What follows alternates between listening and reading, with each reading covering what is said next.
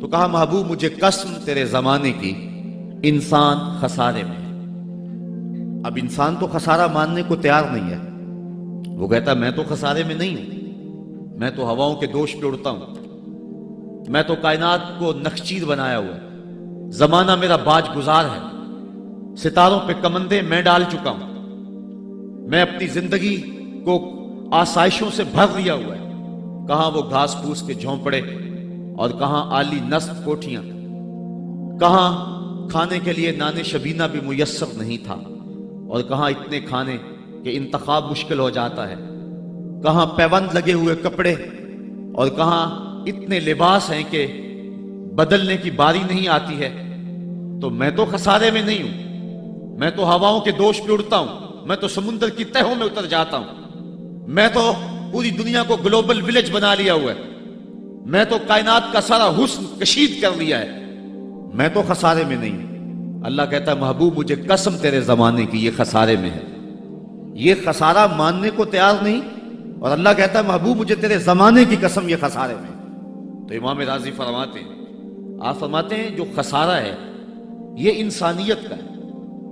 اگر یہ ہواؤں کے دوش پہ اڑتا ہے تو یہ انسان کا کمال نہیں ہے، یہ تو چڑیا بھی اڑتی ہے، یہ تو مکھی بھی اڑتی ہے، اگر یہ پانی میں تیرتا ہے تو یہ تو مچھلی بھی تیرتی ہے، اگر اس نے آسائشیں اور سہولتیں اپنے لیے تلاش کر لی ہیں تو وہ تو دوسری مخلوقات کو بھی حاصل ہے۔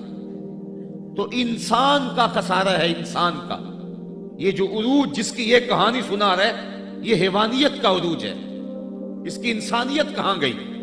ہواؤں کے دوش پہ تو اڑتا ہے لیکن من کی دنیا سے تو ناآشنا ہے، یہ ستاروں پہ کمندے تو ڈال رہا ہے، ہمسائے کی تو خبر نہیں سے کو، یہ دنیا کے اوپر بڑا باخبر شخص ہے لیکن اسے جو ہے وہ اپنے من کی خبر بھی نہیں ہے۔ ہمارا نرم رو قاصد پیام زندگی لایا، خبر دیتی تھی جن کو بجلیاں وہ بے خبر نکلے، یہ تو من سے ناآشنا ہے، کہاں گئی اس کی انسانیت؟ یہ ہواؤں میں اڑتا ہے، اگر چاند کی چھاتی پہ قدم رکھ چکا ہے وہاں سے خاک لا کے دکھاتا پھرتا ہے کہ یہ میں نے جو چاند سے خاک جو ہے وہ اکٹھی کی تھی اور یہ دیکھو میں تمہارے سامنے رکھ رہا ہوں۔ تو زمین پہ پہلے تھوڑا بوجھ تھا کہ اور خاک لے آیا، انسانیت کو اس کا کیا فائدہ ہوا؟ یہ انسانیت کا عروج نہیں ہے، انسان تو خسارے میں ہے، انسانیت تو ڈوب رہی ہے۔ گھر کی آگ بجھی تو کچھ سامان بچا تھا جلنے سے، سو وہ بھی ان کے ہاتھ لگا جو آگ بجھانے آئے تھے۔ اس کی انسانیت کہاں گئی؟ یہ بھائی ہو کے بھائی کا گلا نہیں کاٹ رہا، کہاں گئی اس کی انسانیت؟ کہا محبوب مجھے قسم ہے تیرے زمانے کی، یہ خسارے میں ہے۔ اور قسم محبوب کے زمانے کی اس لیے فرمائی کہ محبوب کے زمانے میں انسان عروج پہ تھا، انسان نقطہ کمال پہ تھا۔ اس دور کا انسان دیکھنا ہو تو ابو بکر و عمر کو دیکھو۔ تو کہا محبوب مجھے قسم تیرے زمانے کی یہ انسان خسارے میں، اگرچہ یہ ہواؤں کے دوش پہ اڑتا ہے لیکن اس کی انسانیت لٹ چکی ہے، اور اگر اس نے انسان دیکھنا ہے تو محبوب آئے تیرے دور میں۔ یہ تو بھائی بھائی کا گلا کاٹ رہا ہے، خون سفید ہو گیا، ایکسیڈنٹ میں جو بچ جاتے ہیں وہ مرنے والوں کی گھڑیاں اتارتے ہیں، اس کی تو حالت انسانی جو ہے وہ برباد ہو چکی ہے، لیکن حسن دیکھنا ہے انسانیت کا تو آئے تیرے دور میں۔ جب ایک شخص زخموں سے چور تڑپ رہا ہے اور کہتا ہے العطش، ہائے مجھے پیاس لگی ہے، ایک بندہ کہیں سے پانی کا پیالہ لیے اس کی پیاس بجھانے کے لیے آگے بڑھتا ہے اور اس کو پانی دیتا ہے، اور وہ بھی ہونٹوں تک لے آتا ہے کہ دوسری طرف سے آواز آتی ہے العطش، تو یہ پیالہ اسی وقت پیچھے کر دیتا ہے اور کہتا ہے میرے بھائی کو شاید زیادہ پیاس لگی ہے، پہلے اسے دے دو مجھے بعد میں دینا۔ اور یہ جب اس کے پاس جاتا ہے اور وہ پانی پینے لگتا ہے تو تیسری جگہ سے آواز آتی ہے، یہ اسے پانی دیتا ہے تو چوتھی جگہ سے آواز آتی ہے، حتیٰ کہ 7 اشخاص کے پاس پانی لے کے جاتا ہے اور ہر ایک آگے ترجیح دیتا ہے، اور جب وہ 7ویں شخص کے پاس پہنچتا ہے تو پہلے کے کرانے کی آواز بڑھ جاتی ہے، یہ کہتا ہے پیچھے بھاگ پہلے اسے پانی دے، اور جب یہ پلٹ کے آتا ہے تو اس کی روح پرواز کر جاتی ہے، پھر دوسرے کے پاس جاتا ہے تو اس کی روح پرواز کر جاتی ہے۔ پانی کا ایک پیالہ اور 7 آدمی زندگی اور موت کی کشمکش میں نزع کا عالم اور ایک دوسرے کو ترجیح دے رہے ہیں۔ کہا یہ تھا حسن انسانیت کا، محبوب جو تیرے زمانے میں تھا، مجھے قسم تیرے زمانے کی یہ انسان خسارے میں ہے، اگر خسارے سے بچنا ہے تو دامن محمد کا تھامنا ہو۔ الا الذین آمنوا کا بیان اس پہ گواہی دے رہا ہے۔ تو یہ انسان کا خسارہ ہے۔ انسانیت کا خسارہ ہے۔ شیخ زادہ نے بیضاوی کے حاشیے میں ایک اور خسارے کا پہلو بیان کیا حضرت علی المرتضیٰ رضی اللہ تعالی عنہ سے۔ آپ فرماتے ہیں خسارہ یہ ہے، یہ انسان کی جو سانسیں ہیں، ہم لمحہ لمحہ سمجھتے ہیں کہ ہم بڑے ہو رہے ہیں لیکن ہم موت کے قریب ہو رہے ہیں۔ یہ سانسیں موت کی طرف بڑھنے والے قدم ہیں۔ تو یہ ہے انسان کا خسارہ جو اپنی سانسوں کے ذریعے کر رہا ہے۔ امام راضی لکھتے ہیں کہ ایک شخص پھٹے پہ رکھ کے برف بیچ رہا تھا، اور ایک بزرگ کہتے ہیں کہ مجھے ان الانسان لفی خسر کا ترجمہ سمجھ میں نہیں آتا۔ جب اللہ کرم نوازی فرمانے لگے تو پھر ہدایت کے سامان اس کے لیے بنتے چلے جاتے ہیں، اور جب کسی کی بہتری کا اللہ ارادہ نہ کرے تو اسے قرآن سے بھی ہدایت نہیں ملتی ہے۔ تو وہ کہتے ہیں میں گیا بازار میں، سمرقند کا بازار تھا، وہاں ایک آدمی پھٹے پہ رکھ کے برف بیچ رہا تھا، اور آواز کیا لگا رہا تھا، توجہ چاہوں گا، کہہ رہا تھا ارحموا من یذوب راس مالہ، اور میرے پہ رحم کرو، مجھ سے برف لے لو، اگر تم نے برف خریدنے میں دیر کر دی تو میں کمائی کیا کرنی ہے، جو میں نے پیسے لگائے ہیں وہ بھی میرے لٹ جائیں گے، میرا راس المال بھی برباد ہو جائے گا، کیونکہ برف ایسا سودا ہے کہ اگر گاہک وقت پہ نہ پہنچے تو نقصان ہو جاتا ہے۔ کوئی اور چیز ہے، آج نہیں بکی تو کل بیچ لیں گے، کل نہیں تو پرسوں بیچ لیں گے، لیکن برف کا اگر گاہک وقت پہ نہ آیا تو کمائی کیا کرنی ہے، راس المال بھی لٹ جائے گا۔ تو وہ جانے والوں کو کہہ رہا تھا ارحموا من یذوب راس مالہ، اور میرے پہ رحم کرو، مجھ سے برف لے لو، اگر تم نے دیر کر دی تو میرا اثاثہ بھی لٹ جائے گا، میرا راس المال بھی برباد ہو جائے گا۔ تو وہ بزرگ فرماتے ہیں جب اس نے یہ بات کہی تو مجھے ان الانسان لفی خسر کا ترجمہ سمجھ میں آ گیا۔ میں نے کہا کہ ہم بھی اپنے سانسوں کی برف کو پگھلا رہے ہیں، اور قطرہ قطرہ جس طرح برف پگھلتی ہے، سانس سانس کر کے زندگی پگھل رہی ہے۔ اگر جلدی جلدی ان سانسوں کے بدلے میں نیکیاں لے لیتے ہیں تو یہ زندگی بچ جائے گی، ورنہ یہ زندگی برف کی طرح پگھل رہی ہے۔ ان الانسان لفی خسر، انسان خسارے کا سودا کر رہا ہے، لمحہ لمحہ موت کے قریب ہو رہا ہے، یہ سمجھ رہا ہے میں بڑا ہو رہا ہوں لیکن یہ چھوٹا ہو رہا ہے۔ جب گنتی الٹی شروع ہو جائے تو کام جلدی زیرو پر آ جاتا ہے، کسی کی 60 سے، کسی کی 70 سے، کسی کی 100 سے گنتی الٹی شروع ہے، اور لمحہ لمحہ ہم موت کی طرف بڑھ رہے ہیں۔ یہ انسانیت کا خسارہ ہے۔ ایک مفسر ہوا تبا تبائی ہے، تو ویسے ڈاماڈول لیکن بات بڑی پتے کی لکھ گیا۔ وہ کہتا ہے خسارے کا ایک اور پہلو بھی ہے، اور اس پہ میں آپ کی تھوڑی سی توجہ بھی چاہوں گا۔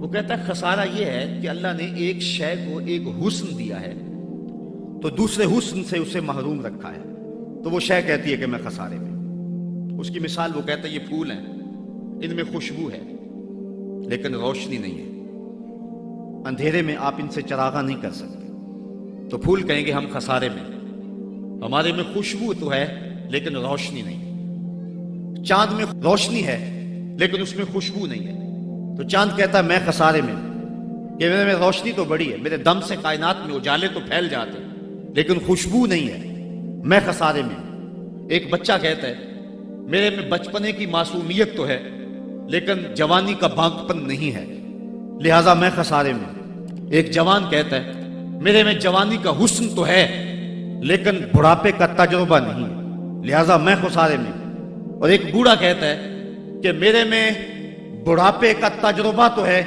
لیکن اب بچپنے کی وہ معصومیت کہاں، وہ کاغذ کی کشتی، وہ بارش کا پانی۔ اور اقبال کہتا ہے، آپ کے شہر اقبال میں آیا ہوں، وہ کہتا ہے کہ جنبش زنجیر در سے لطف آتا تھا مجھے، وہ کنڈی بھی ہلتی تھی تو اس سے بھی لطف آ جاتا تھا، آج تو نغمے بھی نہیں نہ بہلاتے، لیکن اس بچپن میں کنڈی کے ہلنے سے بھی لطف آ جاتا تھا تو غم بھول جایا کرتے تھے۔ وہ کیا کسی نے کہا تھا کہ اپنے جل جانے کا بھی احساس نہیں تھا، جلتے ہوئے شعلوں کو چھیڑا کرتے تھے، اب تو ایک آنسو بھی رسوا کر جاتا ہے، بچپن میں جی بھر کے رویا کرتے تھے، اب تو وہ رونے کا حسن بھی نہیں نہ رہا۔ تو کہا کہ میرے پاس بڑھاپے کا تجربہ تو ہے لیکن بچپنے کی معصومیت نہیں ہے، لہٰذا میں خسارے میں ہوں۔ ایک شب زندہ دار کہتا ہے کہ میرے پاس سحری کے آنسو تو ہیں لیکن علم کا بانکپن نہیں ہے، اور ایک عالم کہتا ہے کہ میرے پاس علم کے کمال تو ہیں لیکن تہجد کے سجدے نہیں ہیں، لہٰذا میں خسارے میں ہوں۔ بلبل کہتی ہے میرے لہجے میں تو حسن ہے لیکن میرے بازوؤں میں طاقت نہیں ہے، لہٰذا میں خسارے میں ہوں۔ شیر کہتا میرے بازوؤں میں تو طاقت ہے لیکن میرے پر نہیں ہے کہ میں اڑ سکوں، لہٰذا میں خسارے میں ہوں۔ کوئل کہتی ہے میرے لہجے میں تو جادو ہے لیکن رنگ میرا کالا ہے، لہٰذا میں خسارے میں ہوں۔ مور کہتا ہے میرے پروں میں تو حسن ہے لیکن میرے پاؤں بدصورت ہیں، لہٰذا میں خسارے میں ہوں۔ تو وہ کہتا ہے کہ کائنات کی ہر شے کسی نہ کسی طرح خسارے میں ہے، لیکن پھر کہتا ہے اگر تمہیں شوق ہو کہ ایک ذات ایسی بھی دیکھیں جس میں خسارہ نہ ہو تو آؤ مدینے کی گلی میں آ جاؤ۔ حسن کی ساری شوخیاں، جمال کے سارے کریمے اور حسن کا سارا بھانک پن اگر ایک ذات میں دیکھنے کا شوق آ جائے، حسن یوسف دم عیسیٰ ید بیضا داری، ہما دارند آنچے خوباں تو تنہا داری۔ کائنات حسن جب پھیلی تو لا محدود تھی اور جب سمٹی تو تیرا نام بن کے رہ گیا۔ اگر یہ شوق ہو کہ کائنات کے سارے حسن ایک پیکر میں دیکھیں تو کہا اس کے لیے میں نے ایک محمد ہی بنا دیا ہے۔ سارے حسن ایک پیکر میں آپ کو ملیں گے، سارے کمال اور سارے جمال اور سارے عروج اور ساری عزتیں اور سارے مراتب آپ کو ایک ذات میں جمع ملیں گے، اور محمد ہوتا ہی وہ ہے جو مجمع کمالات ہو۔ تو کہا کہ یہ ہے ایک خسارے کا پہلو، اور کائنات میں ایک ہی شخص ہے جو خسارے سے بچا ہوا ہے۔ اب جو اس ذات سے وابستہ ہوگا وہ بھی خسارے سے بچ جائے گا۔ الا الذین آمنوا، جس کے ہاتھ میں یہ دامن ہو وہ خسارے سے بچ جائے گا، ورنہ خسارے سے کوئی بچ نہیں سکتا۔ نہ دولت بچا سکتی ہے، نہ اقتدار کی بچھی ہوئی مسندیں خسارے سے بچا سکتی ہیں، نہ کوئی اور انسان کو دنیاوی کمال خسارے سے بچا سکتا ہے۔ اگر خسارے سے بچنا ہے تو ہاتھوں میں دامن مصطفیٰ لینا ہوگا۔ وہ کبھی آپ نے دیکھا ہوگا، اب تو وہ دور بدل گیا ہے، وہ چکی ہوتی تھی جس میں وہ گندم پیستے ہیں، مختلف چیزیں، تو اس کے دو پتھر ہوتے ہیں، ایک نیچے والا ساکن، اوپر والا متحرک، تو درمیان میں اس کے ایک کلی ہوتی ہے جس کے ارد گرد اس کو گھماتے ہیں، تو وہ جو دانے ہیں وہ درمیان خالی جگہ میں ڈالتے ہیں، اس کو گالا کہتے ہیں، اس میں ڈالتے ہیں اور پھر اس چکی کو گھماتے ہیں، تو جو دانے اس مرکز سے، اس کلی سے ہٹ جاتے ہیں وہ پس جاتے ہیں، اور جو اس کلی سے لگ کے رہتے ہیں وہ بچ جاتے ہیں۔ کہا محبوب مجھے قسم تیرے زمانے کی، انسان خسارے میں ہے، الا الذین آمنوا، بچے گا وہ جو تیرے دامن سے لپٹ جائے گا۔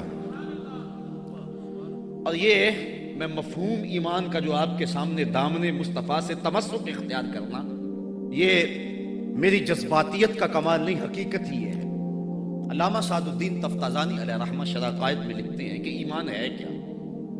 آپ فرماتے ہیں الایمان ہی التصدیق بما جاء بہ النبی صلی اللہ علیہ وسلم، حضور کے علاوہ ایمان ہو ہی نہیں سکتا ہے، یہ ممکن ہی نہیں ہے۔ اور یہ بات بھی ذہن میں بٹھا لیں کہ حضور سے ذہنی تعلق کا نام ایمان نہیں ہے، حضور سے قلبی تعلق کا نام ایمان ہے، اور یہ میرے مسلک کی پہچان ہے۔ صرف ذہنی تعلق کا نام ایمان نہیں ہے، قلبی تعلق کا نام ایمان ہے۔ اس کو مزید سہل کروں تو حضور کو نبی جاننے کا نام ایمان نہیں ہے، نبی ماننے کا نام ایمان ہے۔ ورنہ کتنے لوگ تھے جانتے تھے لیکن ایمان نہ لائے۔ الذین آتیناہم الکتاب یعرفونہ کما یعرفون ابناءہم، جن کو ہم نے کتاب دی وہ ایسے جانتے تھے جس طرح بیٹوں کو جانا کرتے، لیکن اس کے باوجود ایمان نصیب نہیں ہوا۔ ایمان جاننے کا نام نہیں ہے، ایمان ماننے کا نام ہے۔ پھول کو بلبل جانتی نہیں، مانتی ہے۔ اگر مانتی نہ ہوتی تو پھول کے گرد رقص بسمل کے تماشے نہ کرتی۔ شمع کو جانتے سارے ہیں لیکن مانتا صرف پروانہ ہے۔ تو ایمان جاننے کا نام نہیں ہے، ایمان ماننے کا نام ہے۔ اور جہاں تک جاننا بمعنی ادراک ہے تو وہ تو آج تک میرے رسول کو کوئی جان ہی نہ سکا۔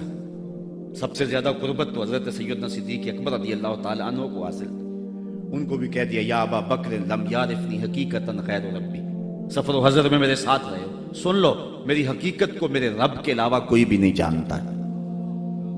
بلکہ ایک مقام پہ فرمایا لی مع اللہ وقت لا یسعنی فیہ نبی مرسل ولا ملک مقرب، میرا اور میرے رب کا معاملہ ایسا ہے کہ درمیان میں نہ کوئی نبی آ سکتا ہے نہ کوئی رسول اور پیغمبر آ سکتا ہے۔ اور نہ کوئی فرشتہ مقرب درمیان میں آ سکتا ہے۔ تو جہاں تک تعلق ہے حضور کو جاننے کا بمانہ ادراک، تو آج تک حضور کو اللہ کے علاوہ کوئی جان ہی نہیں سکا ہے۔ مولوی کا تو دماغ خراب ہو گیا کہ وہ مسجد میں ترازو رکھ کے بیٹھ گیا اور نبی کو تولنے لگا۔ میں تو کہا کرتا ہوں ڈٹھے ورق قرآن دے پھول سارے، تیری شان جیا نہیں کوئی ہور ڈٹھا، تیری شان دا کرے مقابلہ جیڑا انہوں عاشقاں اصلی چور ڈٹھا۔ کوئی نور آکھے کوئی بشر آکھے، پیندہ رات دینے ایہو شور ڈٹھا، اللہ والیاں گل مکا دیتی تساں ہور ڈٹھا ساں ہور ڈٹھا۔ تم نے پتہ نہیں کس کو دیکھا ہے جو سکی بیٹی کو بھی نہیں بخشوا سکتا۔ لاہور قصر نور میں ایک شخص، آپ بھی سارے جانتے ہیں، میرا نام لینے کا مزاج نہیں ہے، ٹیلی ویژن پہ بھی وہ چیختا ہے، تو وہ کہنے لگا کہ نبی تو سکی بیٹی کو بھی نہیں بخشوا سکتا۔ تو میں نے بعد میں اٹھ کے کہا، میں نے کہا لوگوں آج تو لوگ اسے ووٹ نہیں دیتے جو تھانے سے نہ چھڑا سکے، سنبھلتا نہیں جن سے اپنا دوپٹہ، سنبھالیں گے کیا وہ کلیجہ کسی کا۔ جو تھانے سے نہ چھڑا سکے لوگ اسے ووٹ نہیں دیتے، اور جو اپنی بیٹی کو بھی نہ بخشوا سکے پھر کلمہ پڑھنے کا فائدہ کیا؟ جو افراد خانہ کی بگڑی بھی نہیں بنا سکتا، جو سکی بیٹی کو بھی نہیں بخشوا سکتا۔ میں نے کہا میاں تم اس کی بات کرتے ہو جو سکی بیٹی کو بخشوا نہیں سکتا، ہم تو اس کے قصیدے پڑھتے ہیں جس نے کہا فاطمہ تو جنتی عورتوں کی سردار ہے۔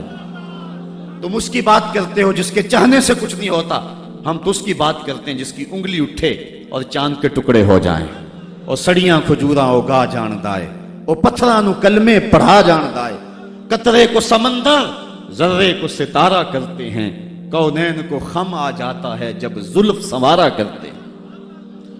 ہم تو اس نبی کو ماننے اور جاننے والے ہیں۔ می وریا کستوریاں دا جدو یار نچوڑیاں زلفاں، می وریا کستوریاں دا جدو یار نچوڑیاں زلفاں، تے قبلہ او دے بنیا سائم جدے یار نے موڑیاں زلفاں۔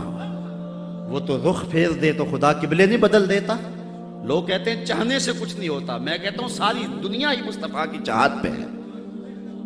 قبیلہ بنو سلیم کی مسجد ہے، 4 رکعتی نماز ہے، 2 رکعت پڑھی جا چکی ہیں، 2 رکعت ابھی باقی ہیں۔ خاطر آطر میں بات آئی کہیں قبلہ بدل جائے تو کیا خوب ہے۔ تو فوراً جبریل آگے کہا محبوب پھر دیر کاہے کی ہے، ابھی رخ پھیر لو۔ اب جن لوگوں نے مسجد قبلہ تین دیکھی ہے کہ پہلا قبلہ بالکل شمال میں اور موجودہ قبلہ بالکل جنوب میں، اور صحابہ تو ذہنی طور پہ اس کے لیے تیار ہی نہیں ہے، تو بتا دیا جاتا کہ اگلی نماز ہم ادھر پڑھیں گے۔ یہ نماز کا وقت بدلنا ہو نا تو ایک دن پہلے بتانا پڑتا ہے، کل سے نماز ظہر 2:15 بجے پڑھیں گے۔ اگر اسی دن ایسا کر لیں تو لوگ کہیں گے کہ یہ امام تو سلیقہ ہی نہیں رکھتا ہے، ہم تو آئیں 2 بجے کے حساب سے اور اب 2:15 تک بیٹھے رہیں۔ تو نماز کا وقت بدلنا ہو تو ایک دن پہلے بتانا ہوتا ہے، اور یہاں تو قبلہ بدلنا تھا، ایک نماز ہی پہلے بتا دیا جاتا، لیکن کہا محبوب ابھی رخ پھیر لو۔ یا اللہ تیری نماز تو پوری ہو لے، کہا میری نماز بعد میں پوری ہوگی، پہلے تیری مرضی پوری ہوگی، پہلے تیری مرضی پوری ہوگی۔ می وریا کستوریاں دا یدو یار نچوڑیاں زلفاں، قبلہ او دے بنیا سائم جدے یار نے موڑیاں زلفاں۔ وہ تو رخ بدل دے خدا قبلے بدل دیتا، ہم اس نبی کی بات کرتے ہیں۔ تو بات کر رہا تھا کہ ایمان جاننے کا نام نہیں ہے، ایمان ماننے کا نام ہے۔ ہی التصدیق بما جاء بہ النبی صلی اللہ علیہ وآلہ وسلم۔ ایمان کے بعد اب یہ بات بھی ذہن نشین کریں کہ اس دنیا پہ سب سے بڑی دولت مجھے اور آپ کو جو عطا کی گئی ہے وہ دولت ایمان ہے، سب سے بڑی دولت۔ اگر ایمان نہیں سب کچھ مل گیا کچھ بھی نہیں ہے، اور اگر کوئی چیز پاس نہیں ہے لیکن ایمان کی دولت موجود ہے تو یہ سب سے بڑا حسن اور سب سے بڑی بہار۔ اقبال کہتا ہے کہ اقبال یہ کس کے عشق کا فیض عام ہے، رومی فنا ہوا حبشی کو دوام ہے۔ یہ وہ دولت تھی جس کے دم سے اجالے ہوئے دنیا پر سب سے بڑی دولت جو حضرت انسان کو دی گئی ہے وہ دولت ایمان ہے، اور قیامت کے دن سب سے بڑی دولت جو حضرت انسان کو دی جائے گی وہ دیدار الہی ہوگا۔ تو یہ سب سے بڑی دولت، اور یہ محض اللہ کی کرم نوازی سے نصیب ہوتی ہے۔ انسان کی زندگی کے اچھے اعمال بعض اوقات ایمان کے نصیب ہونے کا سبب بن جاتے ہیں، یہ کبھی کبھی ایسا ہوتا ہے، لیکن ہوتی محض توفیق خدا بندی ہے۔ اس کی مثال جس طرح المجاشی فرزدق شاعر کا دادا حضور کی خدمت میں حاضر ہوتا ہے اور آقا کریم کی خدمت میں حاضر ہو کر کے اسلام کی دولت سے مالا مال ہوتا ہے اور پھر عرض کرتا ہے حضور میں نے اپنے زمانہ جاہلیت میں 360 بچیوں کو زندہ درگور ہونے سے بچایا، تو کیا مجھے اس نیک عمل کا جو زمانہ جاہلیت میں نے کیا اس کا کوئی صلہ ملے گا؟ چونکہ شاعر تھے اور شاید بڑا گداز اور نرم دل ہوتا ہے، وہ تو شاخ سے ٹوٹتے ہوئے پھول کو بھی برداشت نہیں کر سکتا۔ وہ کیا کہا تھا اقبال نے، دل نہیں شاعر کا ہے کیفیتوں کی رست خیز، کیا خبر تم کو درون سینہ کیا رکھتا ہوں میں، سچ اگر پوچھے تو افلا سے تخیل ہے وفا، دل میں ہر لہجہ نیا محشر بپا رکھتا ہوں میں، در غم دیگر بسوز و دیگر آرا ہم بسوز، گفت بد روشن حدیث گر توانی دار ہوش، کہہ گئے ہیں شاعری جزویست از پیغمبری، ہاں سنا دے پڑھ کے ان کو پیغام سروش۔ امیر منائی نے غالباً کہا تھا کہ خنجر چلے ہم پہ، خنجر چلے کسی پہ ہم، اور تڑپے جو ہم امیر تو درد سارے جہاں کے ہمارے جگر میں۔ اور اقبال نے آنکھ سے تشبیہ دی شاعر کو ایک جگہ پہ، مبتلا درد ہو کوئی عزم روتی ہے آنکھ، کس قدر ہم درد سارے جسم کی ہوتی ہے آنکھ۔ تو جب کوئی ظالم باپ اپنی بیٹی کو زندہ درگور کرنے لگتا تو یہ کہتا کہ میں تڑپ اٹھتا، گابن اٹھنیاں دے کر کے اس بچی کی جان چھڑا لیتا۔ اس طرح میں نے 360 بچیوں کی جان چھڑائی، کیا زمانہ کفر میں کیے گئے میرے اس نیک عمل کی مجھے کوئی جزا ملے گی؟ تو حضور نے مسکرا کے فرمایا کہ تجھے اس کی جزا مل تو گئی ہے کہ اللہ نے تجھے ایمان عطا فرما دیا۔ تو کبھی ایسا ہوتا ہے، لیکن اگر ایمان نہیں ہے تو اعمال کی جزا نہیں ہے۔ اسی لیے الا الذین آمنوا وعملوا الصالحات، اعمال کی جزا بصورت ایمان اگر مل جائے تو مل جائے، اور اگر ایمان نہیں ہے تو پھر آخرت میں لا خلا کوئی حصہ نہیں ہے۔ الا الذین آمنوا وعملوا الصالحات، انسان خسارے میں ہے۔ خسارے سے بچے گا وہ جس کے دامن میں 4 چیزیں ہیں، ایک ایمان، اور دوسرا اعمال صالحہ۔ ایمان کی زینت ہے، ہمارے احناف کے نزدیک اعمال نفس ایمان میں داخل تو نہیں ہے کیونکہ وہ مجرد تصدیق قلبی کا نام ہے، لیکن ایمان کا حسن جو ہے وہ اعمال ہے۔ آج ہمارا حال یہی ہے کہ دعوی ایمان ہمارے پاس موجود ہے لیکن مسلمانوں والے اعمال ہمارے پاس نہیں ہیں۔ تیرے صوفے ہیں فرنگی، تیرے کالی ہیں ایرانی، خون کے آنسو رلاتی ہے جوانوں کی تن آسانی، ہر کوئی مستے مئے ذوق تن آسانی ہے، تم مسلمان ہو یہ انداز مسلمانی ہے، حیدری فقر ہے نئے دولت عثمانی ہے، تم کو اسلاف سے کیا نسبت روحانی ہے، وہ معزز تھے زمانے میں مسلمان ہو کر اور تم خار ہوئے ہو تارک قرآن ہو کر۔ آج ہم صرف دعوے کی حد تک ہیں۔ شکوے میں اقبال جب چیخ چیخ کے کہتا ہے کہ تیرے کعبے کو جبینوں سے بسایا ہم نے، نو انسانی کو غلامی سے چھڑایا ہم نے، صفائے داہر سے باطل کو مٹایا ہم نے، تیرے قرآن کو سینوں سے لگایا ہم نے، پھر بھی گلا ہے ہم سے کہ وفادار نہیں، ہم وفادار نہیں تو بھی تو دلدار نہیں۔ تو جب اس کا جواب آتا ہے تو سنیے، لہجہ تھوڑا سا بدلا، کہ میرے کعبے کو جبینوں سے بسایا کس نے، نو انسانی کو غلامی سے چھڑایا کس نے، صفائے دہر سے باطل کو مٹایا کس نے، میرے قرآن کو سینوں سے لگایا کس نے، تھے تو آباب تمہارے ہی مگر تم کیا ہو، ہاتھ پہ ہاتھ درے منتظر فردا ہو۔ ذرا کبھی اپنے اندر جھانک کر کے دیکھا کہ ہم ہیں کہاں اور کس جگہ پہ کھڑے ہوئے۔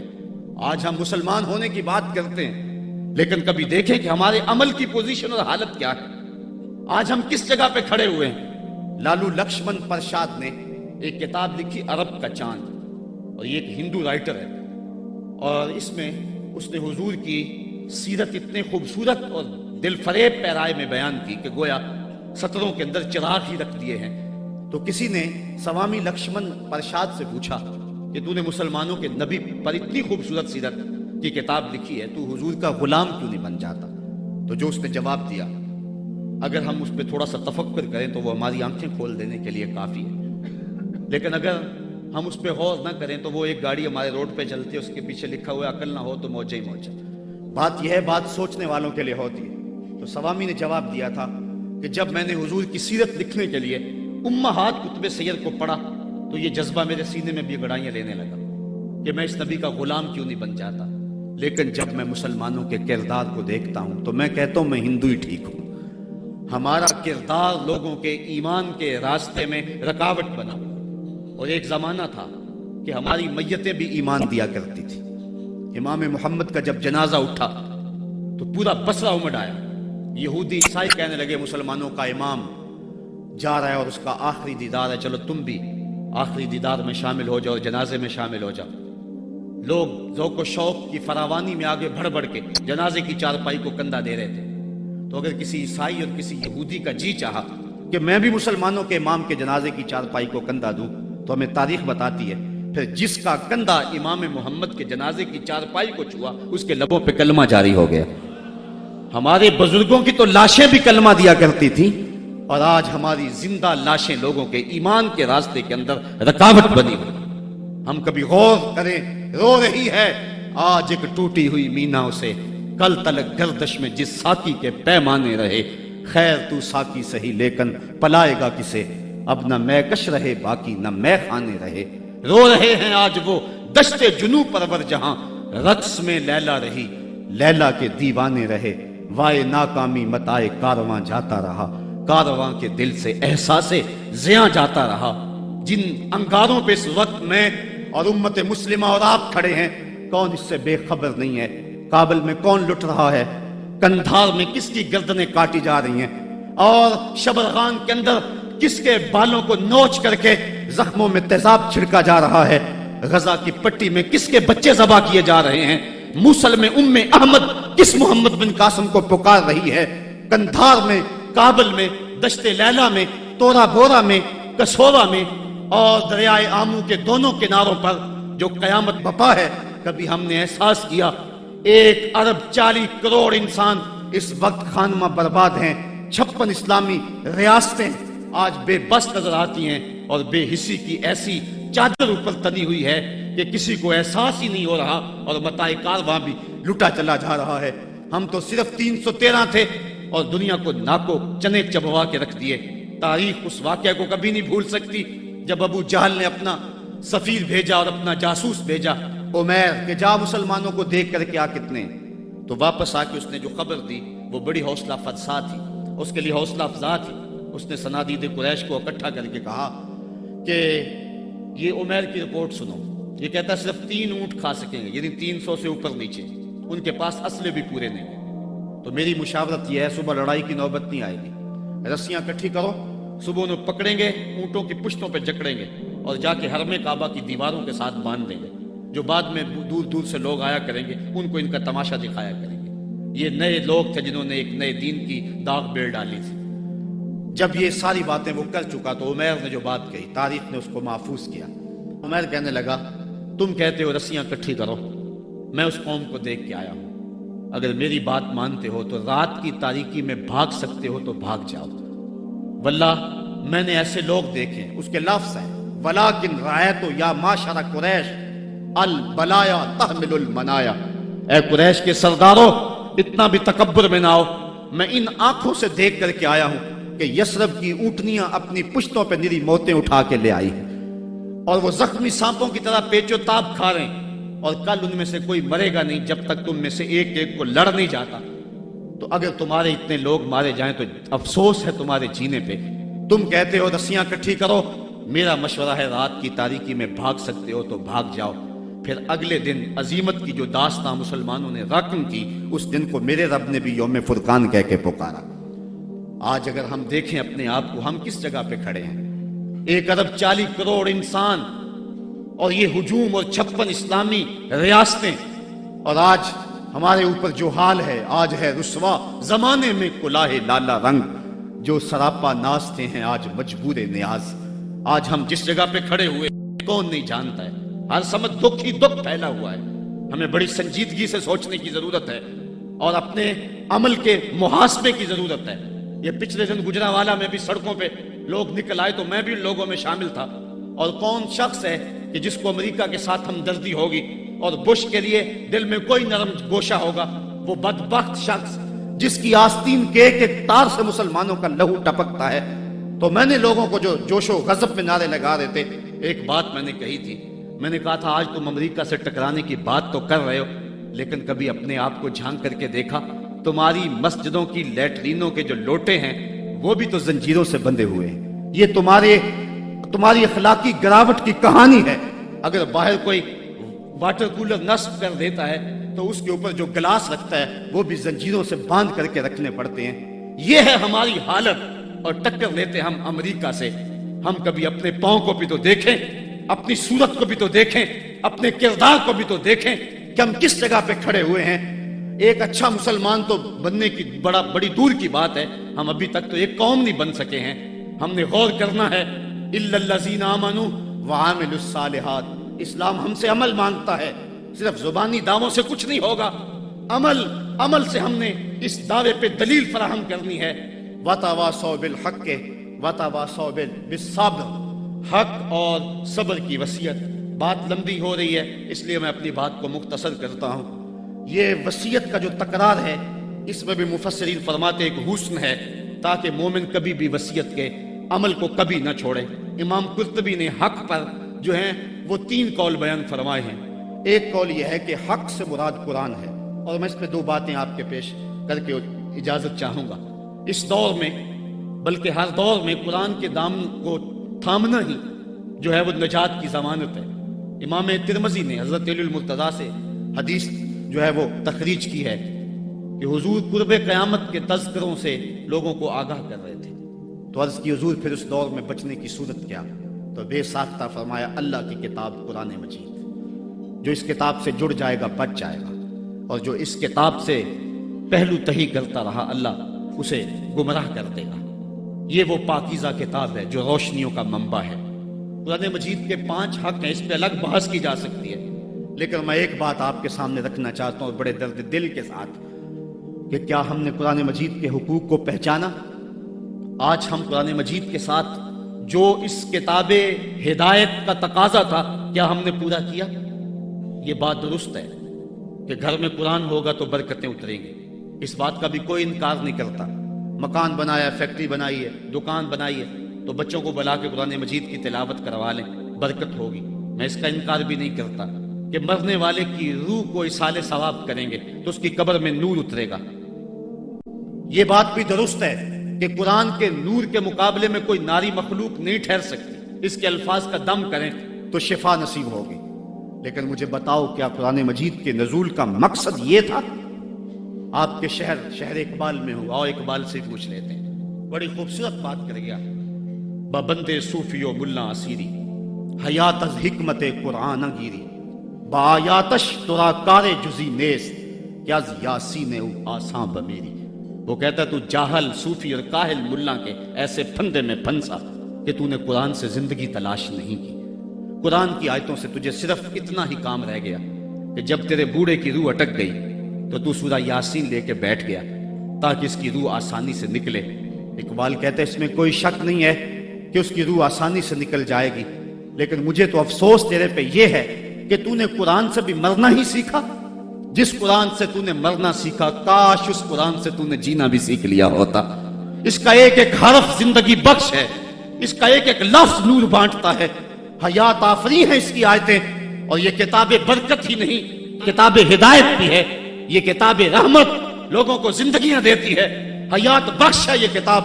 اس سے وابستگی اختیار کرنے والا زندگی کا حسن پا جاتا ہے.